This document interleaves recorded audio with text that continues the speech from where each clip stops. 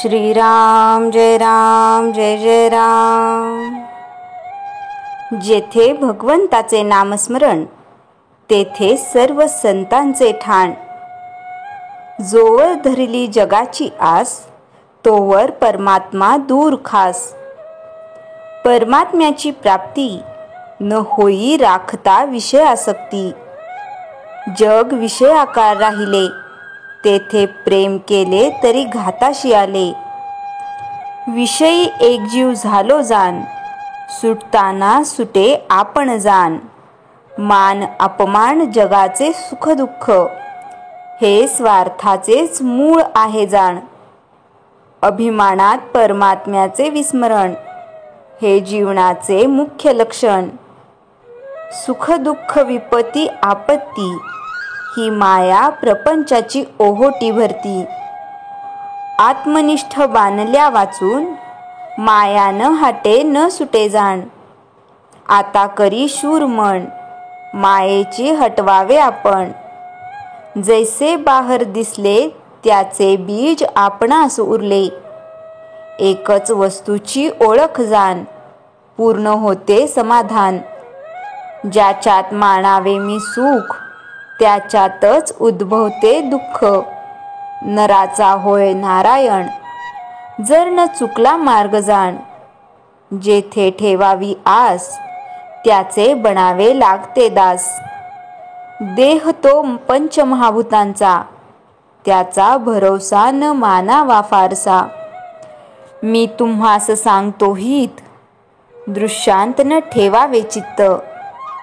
दृश्य वस्तू नाशवंत असते भगवत कृपेने समाधान येते। परिस्थिती नसे बंधनास कारण असे आपलेच मनाची ठेवण।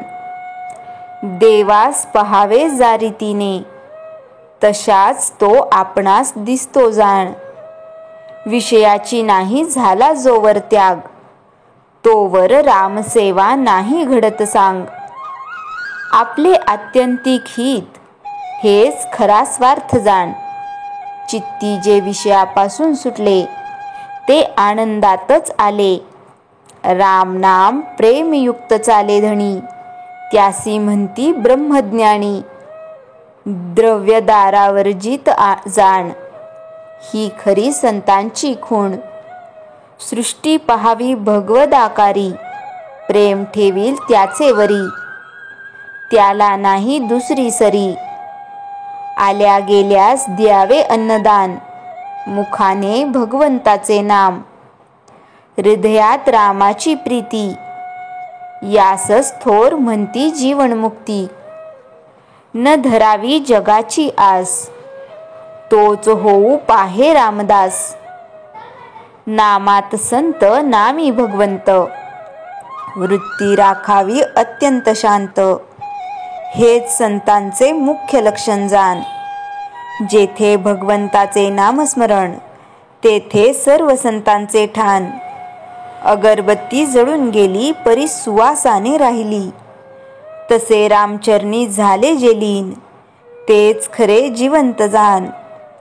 संतचरणी झाला लीन त्याला भाग्याच नाही म्हणून दुजे उणे। संतांची संगती भगवंत नामाने साधते। श्रीराम जय राम जय जय राम। चैतन्यवाणी देहासकट माझा प्रपंच राम केला तुला अर्पण। ऐसे वाटते जावे चित्ती कृपा करील रघुपती। श्रीराम जय राम जय जय राम। समर्थ शिष्या वेणास्वामी भाग 27। लोह लागता परिसाशी सुवर्ण होय बानव कशी। बावण कशी तैसी अवस्था झाली दैवेशी। सद्गुरूंचे स्पर्शाने वाड्यात स्मशानात शांतता होती। फक्त समर्थांच्या खडावांचा आवाज शांतता भंग करत होता। समर्थ तडक वेणाबाईंच्या जवळ गेले। त्यांनी वेणाबाईंच्या डोक्यावर हळुवार हात फिरविला सुरुवात केली। डोळे मिटून ध्यान केले। आपली नजर वेणूच्या भूमाथ्यावर स्थिर ठेवली। जणू संजीवनी मंत्रच म्हटला असावा. देहातून निघून जाणाऱ्या प्राणाला हृदयस्थानी परत खेचून आणलं. अचानक वाऱ्याची मंद झुळूक आली आणि वेणाबाईंच्या नाकाच्या पाया थरथरल्या. मंद मंद श्वास सुरू झाला. अस्पष्ट झालेला रामनामाचा उच्चार परत सर्वांच्या कानी आला. समर्थ रामदास स्वामी म्हणाले, बाळ उठ बरं. वेणाबाईंच्या शरीराच्या 16ही पाकळ्यांतून चैतन्याची लहर उठली. सर्व अंगाला घाम फुटला. अंगी रोमांच उभे राहिले. आज सद्गुरू समर्थ रामदास स्वामी यांच्याकडून स्पर्श दीक्षा म्हणजे अनुग्रह मिळाला होता. त्यामुळे लाभलेल्या समाधी अवस्थेतून बाहेर येतानाच आनंद चेहऱ्यावर होता. मिटलेले नेत्रकमल हळूहळू उघडले. बघते तो समर्थ जवळ बसून तिच्या कपाळावर हात फिरवत होते.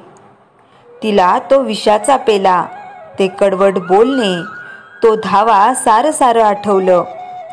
त्या आश्चर्याने म्हणाल्या, स्वामी मी जिवंत आहे.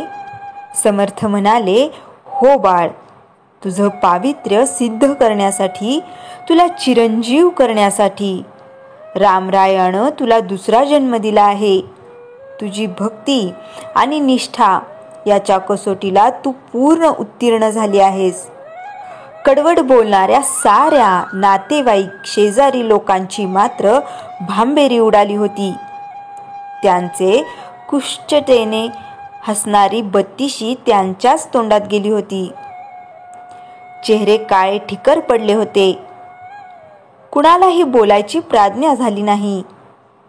वेणाबाई हळूहळू उठण्याचा प्रयत्न करू लागल्या. राधाबाईंना आधार देण्याचा प्रयत्न केला, पण तो निरर्थक ठरला. वेणाबाई उठून उभे राहिल्या. रामाचे स्मरण करत त्यांनी समर्थांचे चरण धरले. स्वामी मला अंतर देऊ नका, मला टाकून देऊ नका, तुमच्या चरणाशी जागा द्या, मला तुमच्याबरोबर घेऊन चला. समर्थ म्हणाले, बाळ तुला आम्ही न्यायलाच आलो आहोत. वेणाबाईंच्या चेहऱ्यावर चैतन्य हसू पसरलं. चला स्वामी मी तयार आहे असं म्हणत वेणाबाई उठून उभे राहिल्या. राधाबाई गहीवरून म्हणाल्या, वेणे कुठे चाललीस? अंगात त्राण नाही, धड उभे राहता येत नाही आणि निघालीस कुठं? बळ एकवटून वेणा म्हणाली, ज्यानं प्राण दिला तो त्राण सुद्धा देईल, तू नको काळजी करू. वेणाबाईंनी आईबाबांना आत्याला नमस्कार केला. अगं वेणे कुठं जाणार? तुला कोण सांभाळणार? तुझं खुपलं दुखलं कोण पाहणार? आई रामराया सगळं पाहिल. माझी काळजी घेणारा तो आहे याचा ठाम विश्वास आहे मला. आत्या म्हणाली, अरे तुझी लेक निघाली घर सोडून, तिला अडव, थांबव. समर्थ म्हणाले, कुणाची लेक? ज्यांनी विषाचा पेला तिच्या ओठाला लावला त्यांची? की केव्हाच मिली ही रामाची आहे म्हणजे रामदासी, त्यामुळे तुला बरोबर घेऊन जाण्याचा आम्हाला पूर्ण अधिकार आहे. आत्या म्हणाली, अगं उपाशी पोटी नको जाऊ, काहीतरी खाऊन तरी जा. महाराज म्हणाले, आपण भिक्षा स्वीकारा. आमच्या घरात आज समर्थ म्हणाले नाही, आज मोठी भिक्षा झाली आहे, तेव्हा निघतो. जय जय रघुवीर समर्थ. घरात पाऊलही न ठेवता नेसत्या वस्त्रानिशी वेणाबाई समर्थांच्या मागे वाड्याच्या बाहेर पडल्या. भाग 28.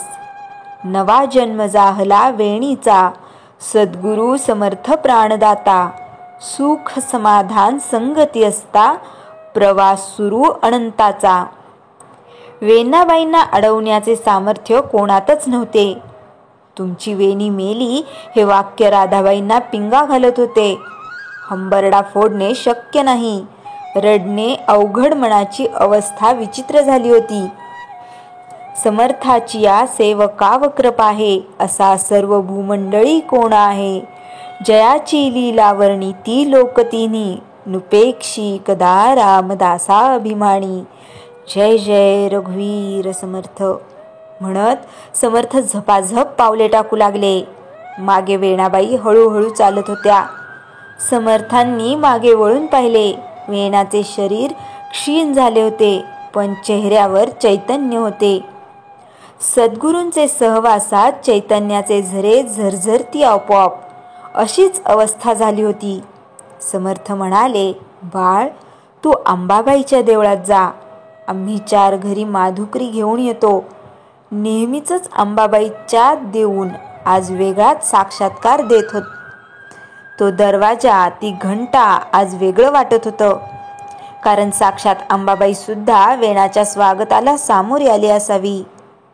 वेणानं महाद्वारातूनच अंबाबाईला नमस्कार केला.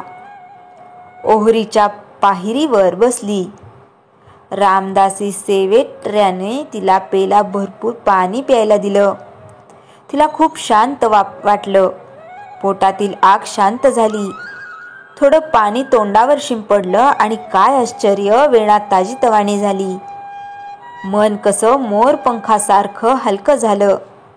प्रपंच आणि परमार्थ यामधील रस्सीखेच पूर्णपणे संपली होती. सार्थकतेची गुरुकिल्ली गवसली होती. सद्गुरूंचा वरदहस्त आणि रामरायांची संगती, वेणाबाई चिरंजीव झाल्या होत्या. तेवढ्यात समर्थ माधुकरी घेऊन आले.